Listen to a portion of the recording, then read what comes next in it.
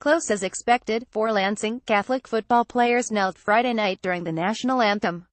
Seniors Michael Lindry, Rohay Williams, Matthew Abdullah and Junior Kibosh Richards took a knee next to each other as the rest of the team stood. Graham Couch. Lansing State Journal. Graham Couch's disparaging column about Lansing Catholic High School's handling of 4 players taking a knee during the national anthem shows a profound lack of understanding.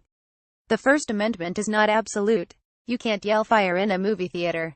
Organization policies can dictate what an employee says on company time. Newspaper editors approve what a writer can print in a newspaper. Couch not only accused the school of muzzling the First Amendment for having standards he doesn't agree with. There will be consequences, but jumps to the conclusion that the school community is hostile to racial minorities.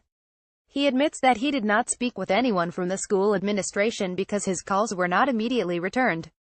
He admits that his information is coming through the filter of others and it is not a good look. What was so important that he couldn't wait until the end of the school day to speak with someone from the school administration? His original article was posted at 2:46 p.m. on Friday, 4 hours before the game even took place.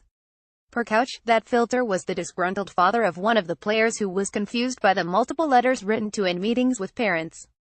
He didn't accept the student code of conduct. Regarding breaking the code of conduct for kneeling, he said, "I want everyone to know the injustice that is going on here." Injustice, really? Another parent, in support of her son, blamed donors. As a donor and parent of 3 LCHS graduates, I don't believe this to be true. We care about the mission of the school. We trust Tom Maloney, Doug Moore and others to handle items like this in a Christian manner, which they did, in my opinion. The school motto Docem Modum Vivendi, teaching a way of life, has nothing to do with the First Amendment, as Couch opines. The way of life is following the teachings Jesus Christ. Things like feeding the hungry, clothing the naked, giving help to the poor, loving your neighbor, and respecting all human life. The fact that these lessons are difficult for all people reinforces why they must be taught. Teenagers need to learn the ramifications of their words and actions.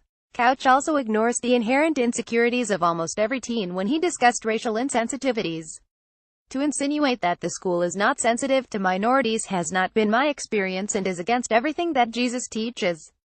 Couch's phrase "mostly white, relatively affluent" is offensive. Had he checked that a USA or any other site with demographic information, Couch would have found that the racial mix at the high school is very close to the demographics of the Tri-County area that it serves.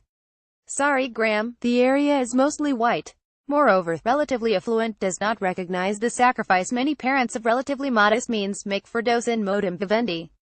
That just didn't fit with Couch's narrative. The issue is not about the right to protest. I applaud the young men for their conviction. It is about the appropriate venue. The school decided that an athletic event is not the proper venue, just like protesting at an all-school mass is not the appropriate venue. If an appropriate venue is offered, I'm confident it would be encouraged. Social justice is part of the DNA of Lansing Catholic. Be assured, the code of conduct would apply to this as well, should the LCHS name be associated with it.